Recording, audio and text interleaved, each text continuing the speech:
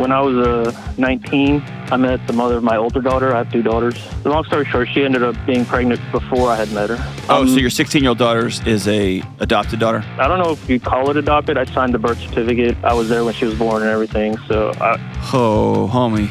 Man, yikes.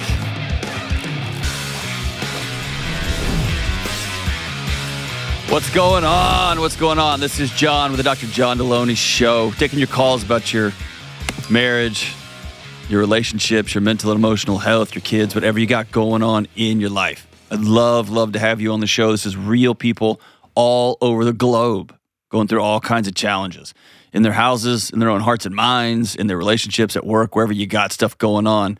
Here's my promise. I'll sit with you, and we will figure out what's the next right move. So go to John Delony, D-E-L-O-N-Y, johndelony.com/ask, and fill out the form, and we will holla back girl at you and get you on the show. All right, let's go out to my hometown, H-Town, and talk to Dennis. What's up, Dennis? Hey, John. How you doing? I'm good, brother. What's up, man? All right, so I'm 35. When I was 19, I met the mother of my older daughter. I have 2 daughters.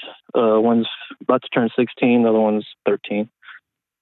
So I met my older daughter's mother. She, the long story short, she ended up being pregnant before I had met her. Okay. And so your 16-year-old daughter is a adopted daughter? I don't know if you call it adopted. I signed the birth certificate. I was there when she was born and everything. So she doesn't know that I'm not her biological father. She's 16? Yes, she's going to be 16 next month. Oh, homie. Man. Yikes. So I'm the kind of guy, I took responsibility because I'm the kind of guy that if you can do something right, you should do it. All right. Okay. But me and her mother aren't together anymore. We did have a plan, like from the beginning, to tell my daughter that I'm not her biological father when she turns 16, which is happening next month. Since then, her mother backed out for selfish reasons. She doesn't want our daughter to hate her or have any animosity towards her or anything like that. She's gonna hate y'all so every minute you wait is it's like a 401k. It's like the compound interest on her disdain for you two will grow with every minute. You should have told her way before now. Way before now. I've come to realize that. Yeah, not another minute. I've been weighing everything. You know, I don't want to hurt her. You already have. I know. You already have. And so I like this is now, because here's what's happened is, and bro, listen, like I don't want to badmouth you or anything like that. I'm speaking emphatically just because I've sat with the other side of this when a kid finds out and they're 21 or they're 20 or they're 17 and it melts everything in their world. And it's not because they found out that you were an amazing dad that stood by her, you signed her birth certificate, which by the way, I don't even know if that's legal or not, but you did. And all throughout her life, you've been there. And then you and mom broke up and you've stayed, I'm assuming you continue to see her, you have custody rights and all that kind of stuff? Yeah, she lives with me and everything. Okay. So that's not the issue.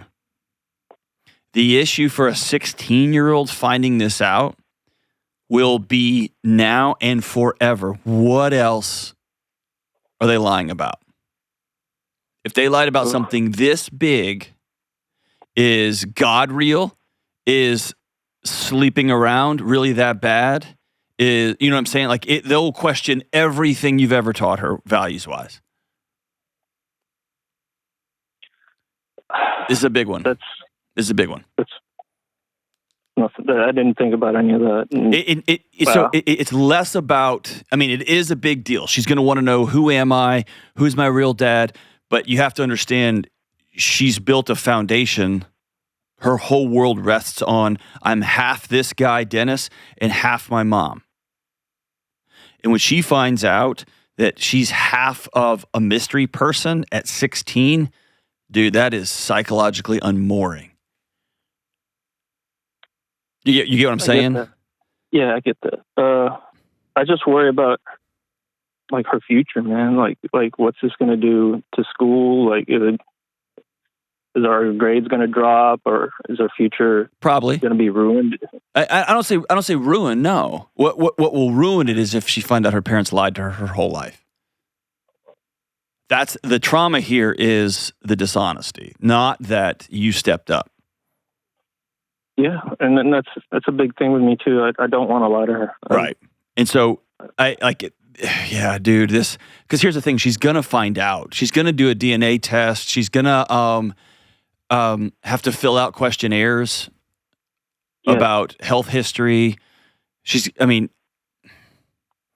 by the way, does her bio dad know she exists?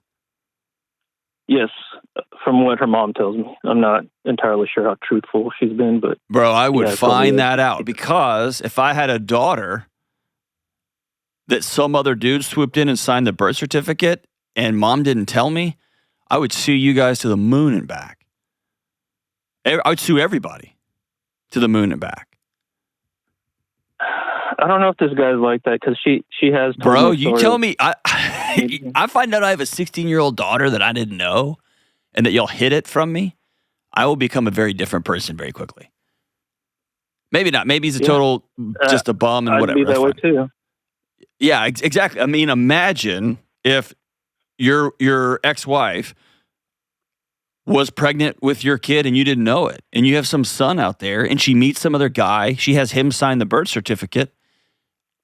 Imagine, dude. Yeah.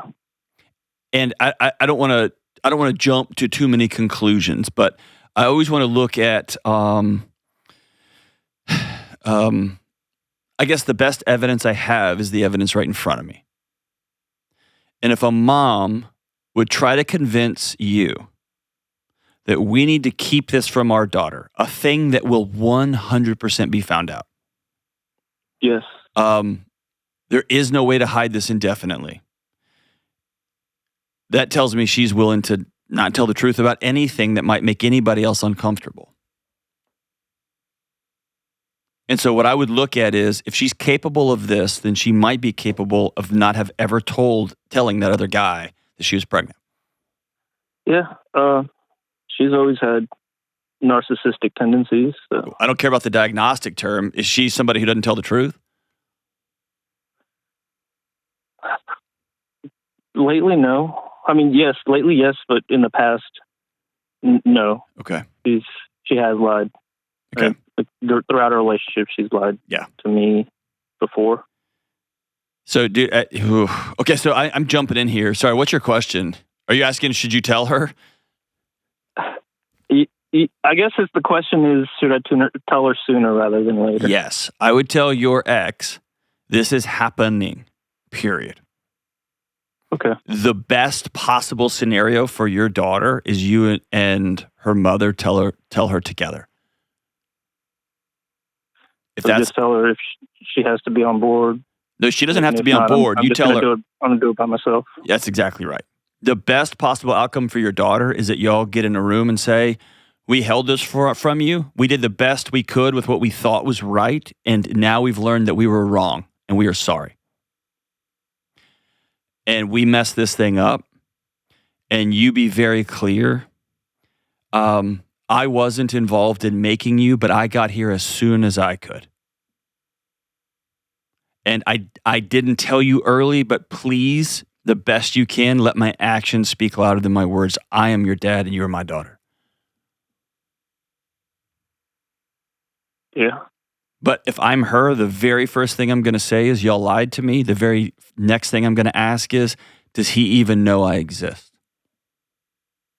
And then if I'm her, I'm going to do everything I can now, but probably her mom's going to force her to wait till she's 18. I'm going to find that guy and find out if he knows. Period. I mean, who wouldn't want to know, right? Yeah, it's understandable. I wouldn't fault her for that. I'd do the same thing. Yeah, that's it. And so at some point, you're going to be a part of helping her find out, quote unquote, who she truly is genetically. right? You're going to be a part of that, or you're going to send her out on her own. And yeah, it's important to know that. right. And kids can go through, all of us can go through tons of stuff. We just can't go through it alone. And so if you really want to provide, like basically you are pulling out the rug under your daughter. If you want to try to put another rug underneath her, is to say, I'll be a part of helping you find him if you're interested in that one day. I like that. I like that. I'll walk alongside you. But you look at her and you say, I will always be your dad, period. I will always love you. You've seen me show up for you for 16 years. I showed up for you before I even met you. And my truest hope for you, and especially for her, is that her bio dad, and this is going to sound awful for me to say, that her bio dad knew your ex was pregnant and he bailed on her and ran off and said, I don't want anything to do with this kid. I don't want you to abort this kid. I don't want anything to do with this kid. And then you stepped in. That would be best case scenario for this 16-year-old. Yeah, it would be, but I think it's somewhere in between, because I think he does know. What makes you think that? Her mom told me that she had ran into him in a bar one day, and he asked about her. So I guess he even knew before then. But do you know who this guy is? I've never met the guy. No. Do you know who he is? I've heard names here and there, but she's changed the name, I think, to get her away from me.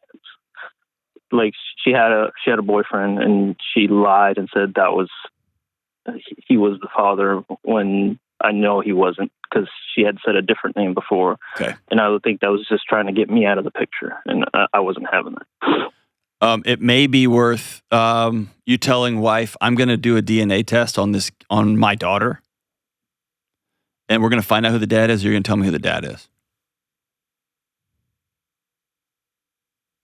Okay. And I guess what I want you to hear me saying is, in every way possible, I want this sweet 16-year-old girl whose world is about to get turned upside down, that when she feels like she is in a free fall, that at the very worst, you are free falling with her.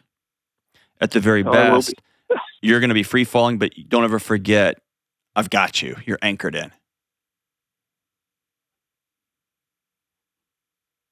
You know what I'm saying? So in a perfect world, this starts at like 4 or 5. Okay. With like age 4 or 5, with that sentiment. I wasn't there when you were made, but I got here as soon as I could. And from the age 3, 4, 5, or 6, like whatever age those conversations start coming up, she always knows, I picked you. And remember when she was 4 or 5 and trying to fight you on everything and trying to establish boundaries and all that, like all 4, 5, and 9, 10, and 13-year-olds do. Yeah. The common refrain is, I picked you. Right? I wish I'd known all that. I know. And that's why I'm not beating you up. But it's that old Maya Angelou quote, like, do the best you can, and then when you find out different, you do better. Right? And so here you are. You're faced with a really tough situation. From the few things you've told me about your ex, I am doubling and tripling down on my relationship with this young little girl. And you can tell your ex, you can be with us, but we're going forward this way. Because this little girl deserves to know the truth about her life, the truth about how loved she is, the truth about truth. She deserves to know all of that. And that conversation, for a 16-year-olds are smart. They get it. They're aware. They're not emotionally mature, but they get stuff in really big ways, often underestimated by adults. But you sit down and the first thing you say is, I'm about to dump your world upside down, and I thought I was doing right, and I'm so, so sorry. But today starts me doing right. It's scary. It's terrifying. Yeah. And expect her to lose her mind. Expect your ex to say all the right things, and your 16-year-old to say, screw you, Dad, I want to go live with her. Expect all that. It's going to be a ping pong match of emotions for her, because her whole world's getting dumped upside down. I mean, just think for a second, like, Her dad's not her dad. I mean, I'm sorry. Her dad is not her father. Right. It's just tough. But yeah, your ex is out to lunch on, let's just don't tell her. That's madness. That is a way to get that kid to cut y'all off forever, and rightfully so. You've probably, I mean, you can go back and listen to some of my shows. I've had people call in when they say like, hey, I found out somebody gave me 23andMe when I was 25 or 21. I found out my dad's not my dad. And it just ripples through their entire life, through their marriages, through their kids. It just becomes one of those things that sets their family tree on fire. Yeah, I can't do that to her. There you go, man. It sounds like you're a good man, dude. What about your 13-year-old? Are y'all, is she a bio daughter? Yeah, she's mine with a different woman. Okay. Actually, me and her have had a conversation similar, and she said she wouldn't have seeked out her father if I wasn't. I know, dude, but just to gauge. She's 13. Yeah. She's 13, dude. You get what I'm saying? I get you. She's 13. Like I don't. 13s are just a ball of emotions and hormones and energy and data and facts flying at them 1,000 miles an hour. They're still a human being trying to sense the world in the dark. And so I never would have gone looking. 100% you would go looking. Even if it's just to find out your cancer risk, for crying out loud, right? She would. And so, yeah, man, I'm so grateful that you called. And I would love to know what happens. And dude, I have a rule. I don't usually talk to kids under 18, but if y'all two wanted to call, I'd talk to you both at the same time. I'd be happy to do that. And if you and your ex want to call in and how to navigate that conversation together, y'all being adults, so we say, hey, we're not together anymore. There's been animosity between us, but this is best for our daughter. Absolutely. But yeah, game on. This go make it happen, my brother. Thanks for the call, Dennis. Hey, next up, we're going to talk to a woman who just moved to the States from Canada, and she is overwhelmed with the state of politics in the United States. Whew, this will be a doozy. We'll be right back. All right, so Easter has come and gone again. And just like there's no finish line for your physical health or your mental and emotional well-being, there's no finish line for being still and intentional about gratitude, about growing in your faith, and about building a relationship with God. And this is good news. Intentionality about spiritual matters is a practice, and any time can be a new starting point. So if you're committed to consistent practice of gratitude, prayer, or reflection during Lent, I want to encourage you to keep going. The small daily habits add up to a transformed life.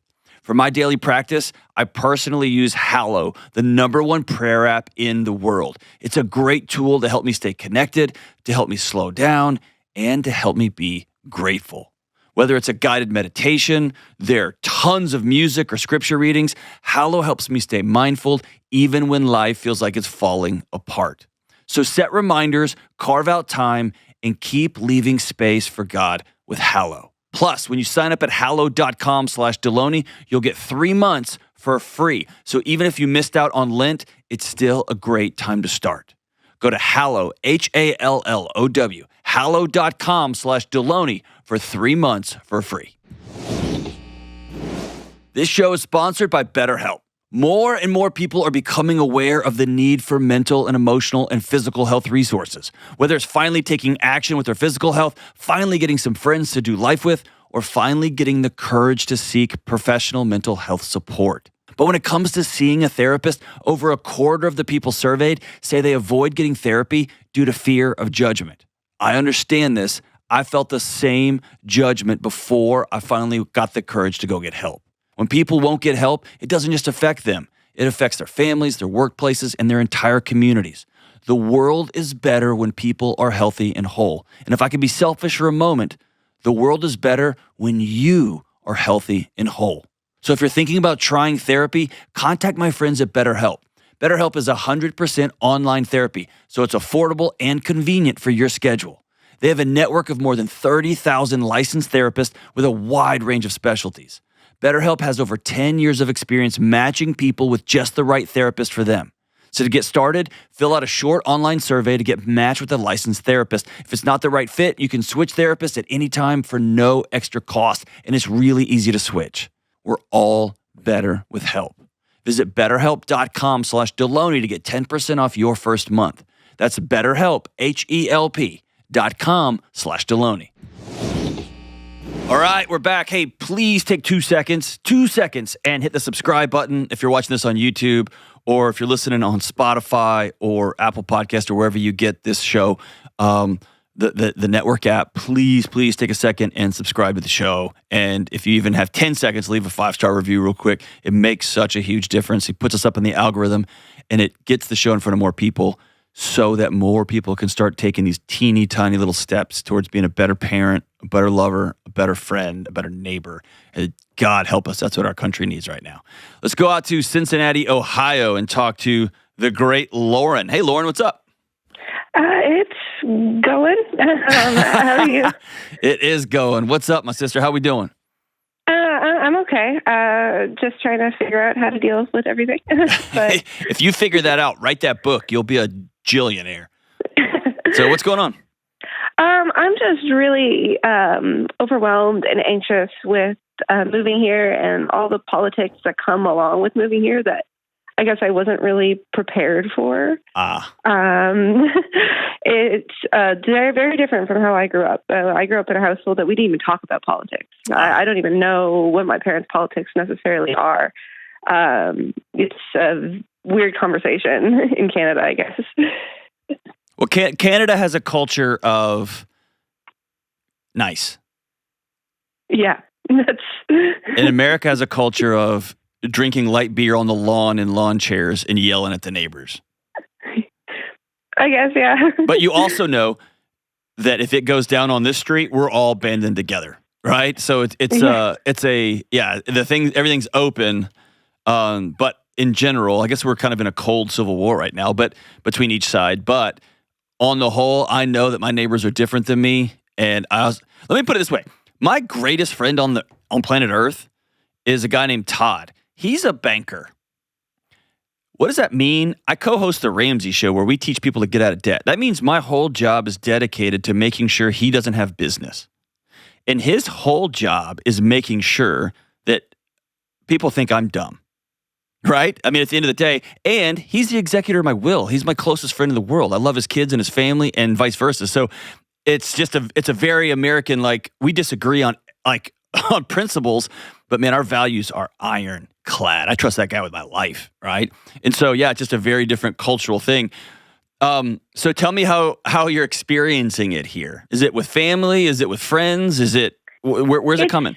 It's coming from both sides. I'd say I'm kind of in the middle because I live in a rural part of Ohio. I live in Cincinnati.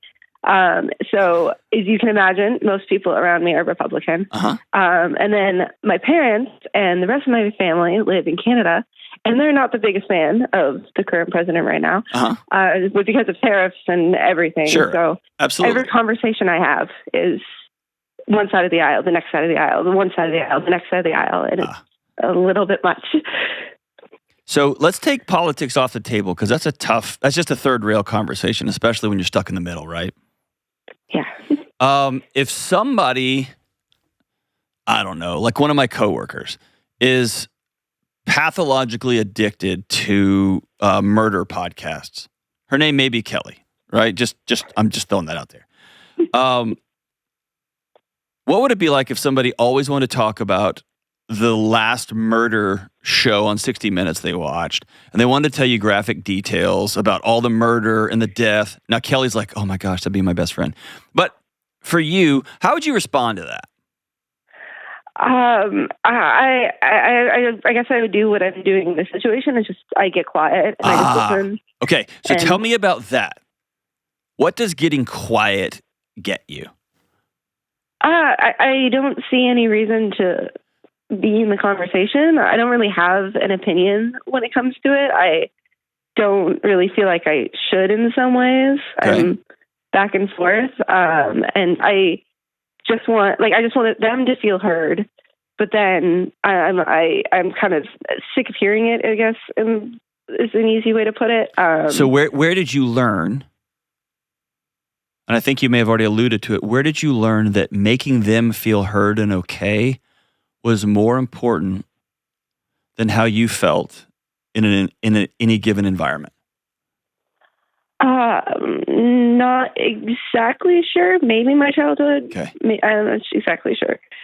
If you grew up in a culture, and I don't want to blame Canada because America's got plenty of this too, especially in the South, where we just don't talk about it, and we're going to pretend it's not there, and then every few months or years, somebody just explodes because they can't hold it in any longer, or they die of some illness, or they get some sort of chronic somatic, pain disorder because their body's trying to just hold all this stuff in.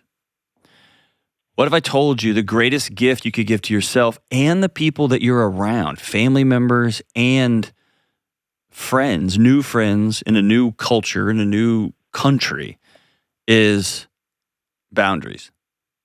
And I'll echo Dr. Becky here. Boundaries require nothing of somebody else. It's just you stating, here's what I'm going to do. And so here's an example. Tell me what this does inside your chest, if it makes you feel all nervous or if it makes you be like, oh, that'd be so awesome. You're sitting in rural Ohio at a gas station, and somebody is just, well, a gas station's too easy. I don't know, if you have friends there in Ohio? Yeah, I do. Okay. So they just start going in.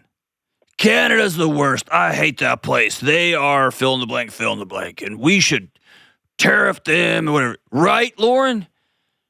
What if you looked and said, hey, I just don't talk politics. I can't affect the tariff policy, and so I don't get into it. But I really would be interested in how your kids are doing. Okay. Tell me what that feels like in your chest as I'm saying that. Imagine yourself going through that exercise. That's not a good feeling. I'll put it that way. That's not so very out of my comfort zone. Okay, tell me about it. It's just because I don't know. I guess I'm a bit of a people pleaser. Yep. Peacemaker, definitely. Yeah. I don't like to make conflict.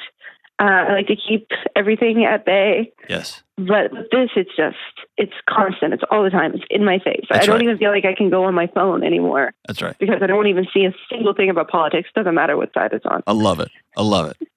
Because see, here's what I want you to hear. You are not in your comfort zone on a minute-by-minute basis already.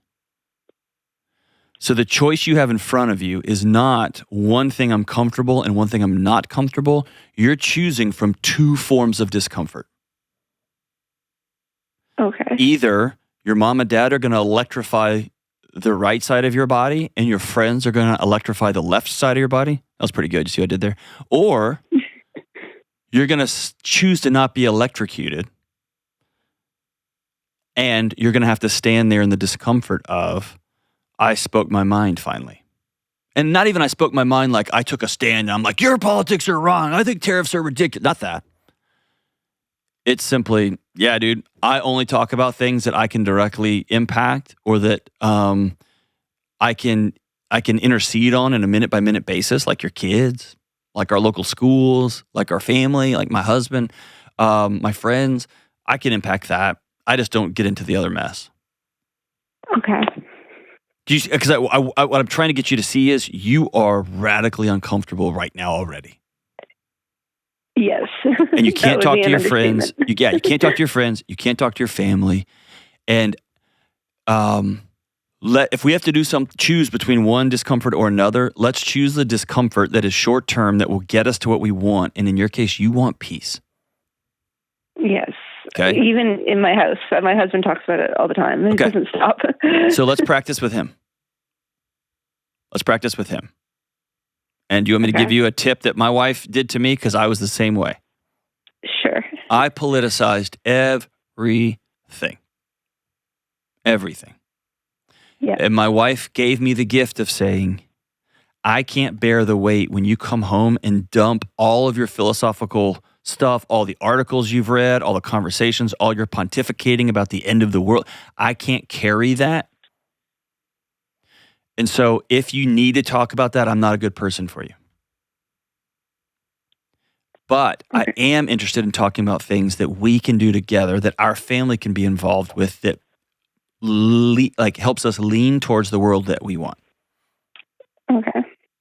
So I can't come home. I can, it's my house and my wife's house, and she wouldn't say, shut up.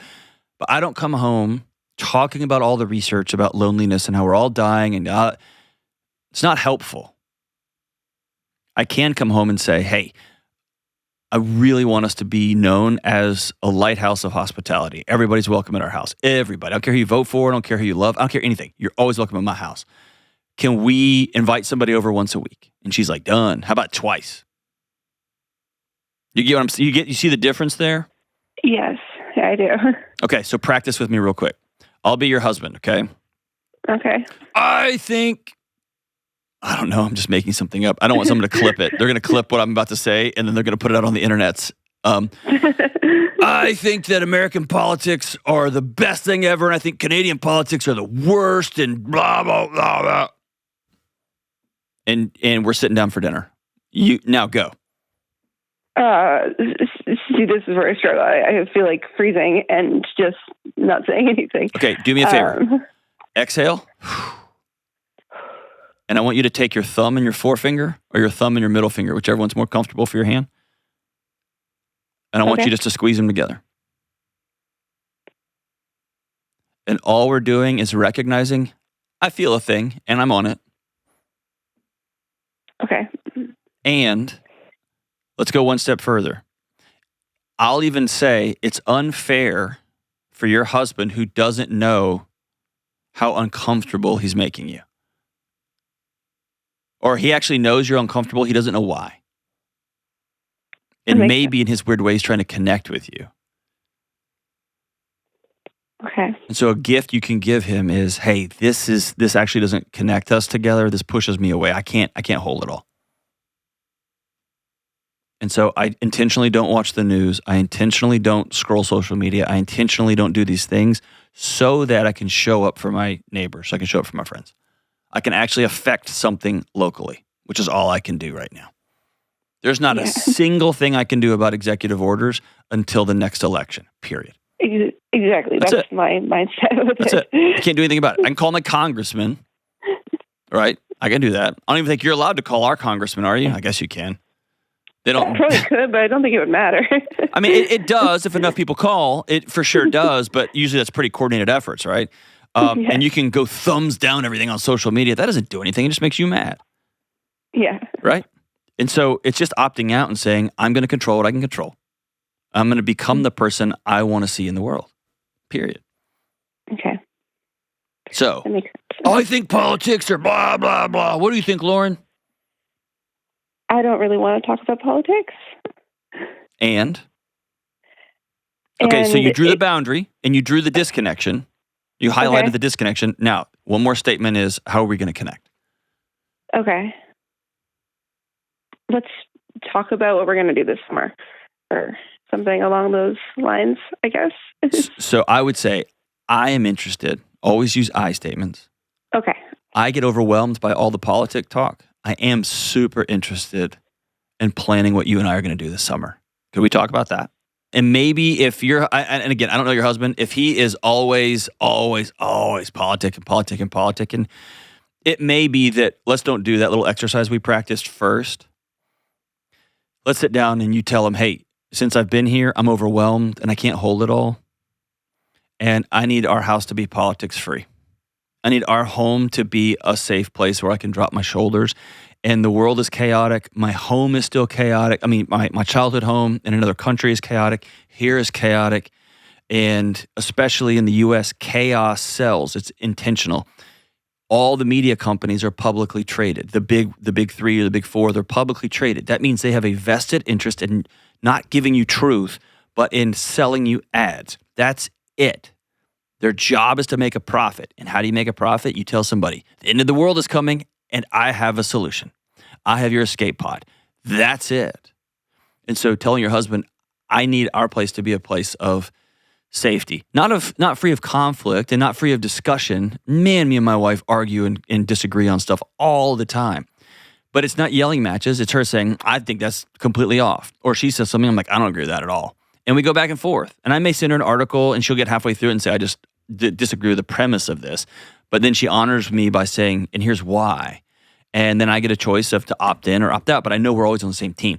So sitting down and saying, I can't do politics with you anymore. I am interested in talking with you.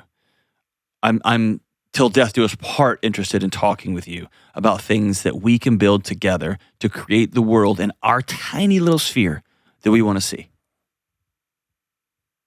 We're going to learn how to love local and be a part of our rural community here in Ohio. And we're going to impact change there. With who cares how people vote? We're going to impact change because we're going to become those people. And start there. And if he says, forget you, then you'll have a bigger problem in your marriage. But it sounds like he would honor you and say, you're exactly right. I'm sorry. I'm getting worked up on this end too. Seek connection there. Thank you so much for the call, Lauren. By the way, Lauren, whether you're from Canada, just moving to the States, it's probably more acute. But this conversation is happening in millions of homes across the country. I'm really grateful that you reached out and had the conversation with me, because I think it's going to give a lot of peace to a lot of people. When we come back, a woman's facing challenges in navigating boundaries with her in-laws. And that applies to all of you listening. Stay tuned. We'll be right back.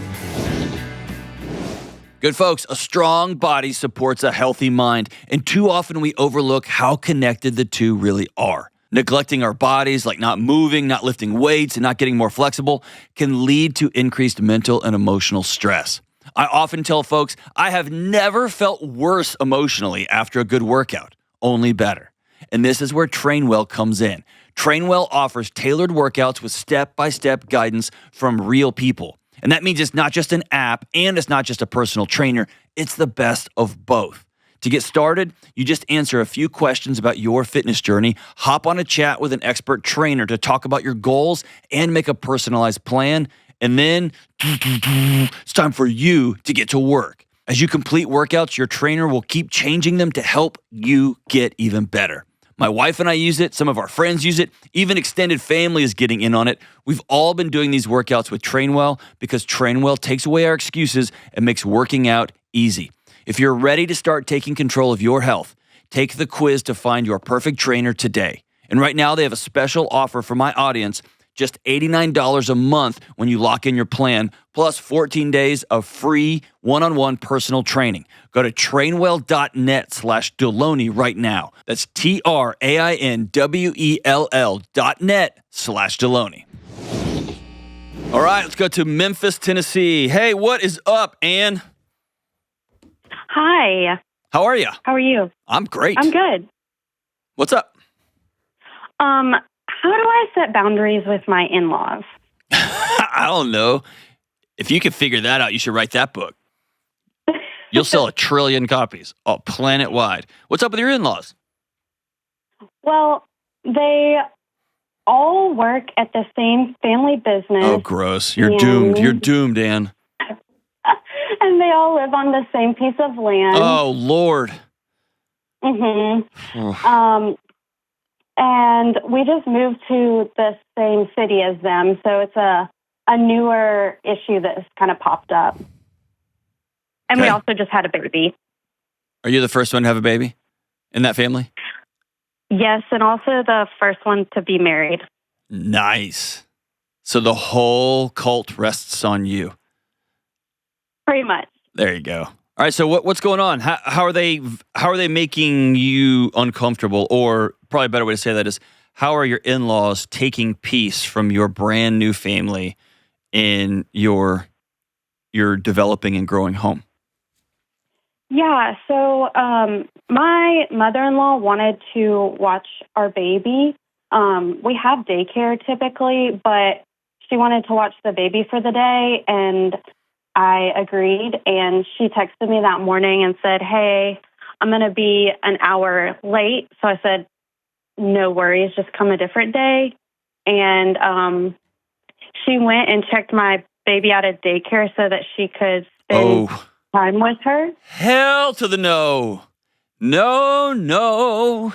Yeah, that's no bueno. Right. I wish you'd seen the whole booth. The whole booth was just like, whoa. Yikes. Okay, so what else? They want to spend like 3 weeks of our time off from work together. And so when I push back on, hey, my husband and I are going to spend vacation together, they kind of send messages in a way that this is what we do for the holidays. You need to spend it with us. This is how we celebrate. So my big question is, where is your husband in all this? So his method is to ignore and kind of tell them that we might show up, but we might not show up. So he's a coward. He likes to keep all the peace. Yeah. And then he married you. Yeah. And so I get, man, peacekeeping keeps you safe when you're a kid, 100%. And if you grow up in a family business and a family compound and a family farm and a family everything, and this is what we do and this is how we do it, peacekeeping is a survival mechanism. So I honor your husband. Good for him. He did what he had to do. Mm-hmm. But then he looked at you and held both your hands and looked in your eyes and said, "Till death do us part." And that was the day he broke away from having to prop up emotionally immature parents. Mm-hmm. And he said, "I choose you." And that means the peacekeeping days are over. Now it's honoring your wife. And honoring your wife is not sending vague gray messages to in-laws, because now they have another avenue, and it's you. Right. And you're having to carry all this stuff now. And so here, I mean, it's as simple as this. It's as simple as your husband telling his parents. Does he work at this family compound too? No, he will finish his training and then has the option to. Is he going to? I think we've decided no. We have. Has he? Yeah. Because if he's a person that does gray with them, he probably does gray with you too. Oh, yeah. And I say this all the time on the show. This is a real life example. The things you did as a kid to keep you safe will destroy your marriages. Mm-hmm. And so he probably tells you pretty often, yeah, like you're like, "Hey, I really want to go to the beach." And he's like, "Yeah, let's check that out." He's not going to the beach. And he just buys himself some time. And then kind of slowly it fades away. And you're like, "Well, he's just not really interested. And I'm probably pushing too much. We may not have the money this time." And so you live in a perpetual state of disappointment. And then here's what I don't like about that kind of gray, just is you think something's wrong with you. And then somebody comes along and says, "You will be here for Christmas." You're like, "Yes, ma'am," even though you hate it. Does that sound familiar? Or tell me if I'm wrong. I think you're spot on. Yeah. Yeah. So I guess it's very similar to a previous caller we just had. You're in a state of discomfort. And if you ask your husband, if you tell him that you need him to be more decisive and more instructive with his family, and more importantly, that you want to get away with him and decide together the kind of life y'all want to build, and you need him to take the lead with his family when it comes to boundaries and no more wishy-wash and no more gray, and by the way, you're doing it to me too, that's going to be uncomfortable also. Fair? Yeah, that's okay. fair. So you're choosing either a discomfort over here or a discomfort over here. But most of the time when we don't have these hard conversations in our marriage, we think it's because we don't want to become uncomfortable. And I always want to point out with a couple, you're uncomfortable now. Yeah. Let's choose the discomfort that's going to get us to the place where we want to be.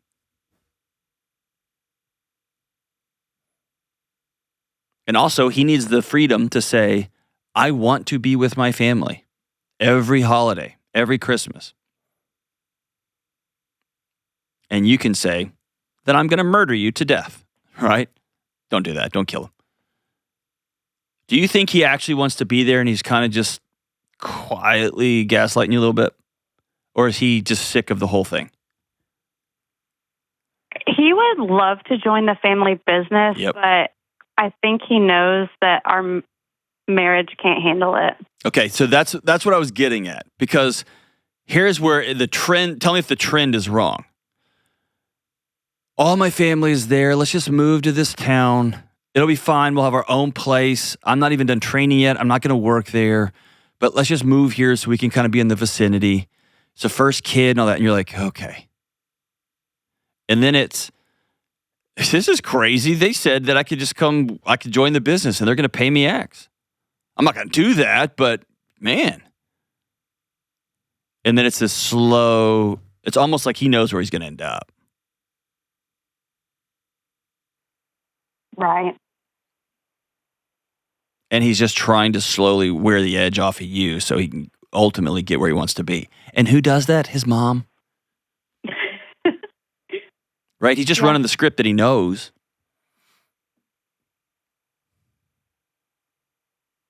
Yeah.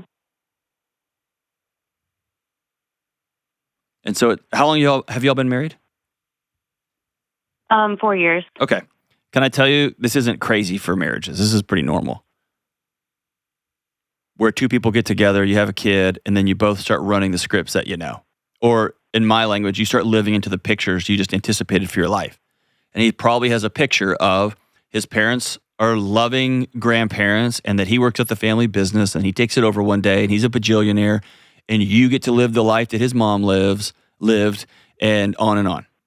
And you have another picture of what you want this thing to look like. Yeah, I do. And so what y'all need to do is sit down and be very honest with each other about the pictures of what you want your life to look like. And that usually is a challenging conversation, but man, it can be the most awesome gift to your family, to you and to him. So as I'm talking, tell me where you have a point of pause. Tell me what it is. What are you worried about? Well, in a couple of months, once the training is done, we do have the option to move away, which would kind of give us more distance and would go kind of back to how our marriage was before we were around them. But I don't want to crush my husband's dreams. So you're just going to crush yours? When you say it like that, yeah, I don't want to do that either. Because I think the real magic here is figuring out, is there a way you can have the peace in your home and the laughter and the joy in your home without worrying that your mother-in-law is going to come take your kid out of school without you knowing? Mm-hmm. Or can he have the life he wants and have 2 or 3 really uncomfortable years learning that it was never his job to prop up his mother and her emotional dysregulation? That was not his job. It is his job to fully and wholly love his wife and his kids. And that's going to be a tough shift for him. That's hard. I mean, and I wouldn't, it's not an Instagram post. That's not a switch you flip. That's something you practice. It's very hard. Because his mom will text him and say, you're breaking my heart. You're taking my grandbaby away. This Christmas feels useless since you walked out. She'll do stuff like that, right? Oh, yeah. Yeah. Okay, so he's going to have to learn that that's not his job. And most people in that level of dysfunction need a professional. And so here's the easiest way to enter into this conversation, and I kind of love it. When you don't know what to do next, I'm a big believer in getting somebody you trust and somebody you care about who will be honest with you and still love you and dumping the whole box on the table. What does that mean? Honey, how old's your little baby? 4 months. Okay. Honey, we have a 4-month-old. In 4 months, you're about to be done, and I'm counting down the days because I'm terrified of what comes next. What do you mean? Because I feel like I don't want to build a life where you're a part of this family cult. Because the next step, by the way, Ann, is y'all are moving onto that property. You know that, and I do too. You do. Right. And he already has the plot picked out. His mom's already said, well, this is going to be for y'all if you ever want to come. And Dad's like, we'll give you a great deal on it. I'll even get the down payment. That's already in the works. Yeah. And so you can say, I feel like this is the future. And I'm already grieving that that's going to be my life. And all things on the table, we have an opportunity to move. And you are so invested in propping up your mom. Not honoring and loving her, but being her therapist, being her support pet. That I feel like I'm going to break your heart by wanting us to move away, and I feel stuck.